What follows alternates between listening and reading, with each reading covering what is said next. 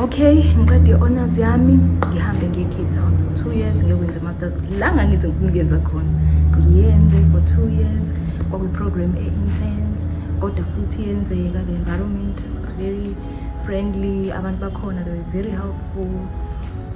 Ithe mayiphela ngathi no, sengikhona nga-frustrated ukuthi i-Cape Town kude nasekhaya, angikwazi nokuya kahle ezontweni, mina ngifuna ukubuya ekhaya, nga-homesick nje, noma ngivakashile ekhaya, mase kumele ngibuye khona, kungavumi ukuthi ngibele emuva, ngizwe kahle ukuthi no, sengi-frustrated manje, angisafuni.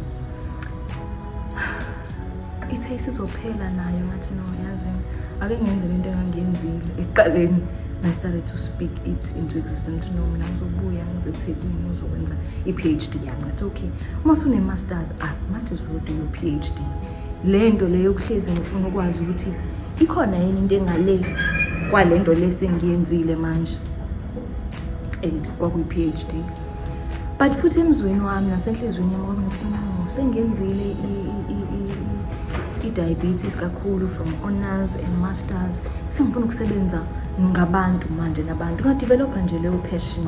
And yazi uyabona into uma kufanele ukuthi uyenze uyayizwa nasemzweni wakho ukuthi no, this is it. So utheme ichaza ingichazela i-concept sheet esanginika nje iscope sokuthi this is iscope se-PhD yakho sizohamba kanje. Kwangazi ukuthi ukuchaza nje uchaza mina ngangizwa nje ukuthi uyabona ke le eyami ke le project. And ngayithatha ngayenza. I was so excited, it was very intense, kodwa futhi uyabona lento intense ekuphusha ukuthi no angiyenze because I'm enjoying it, ngiyithanda futhi.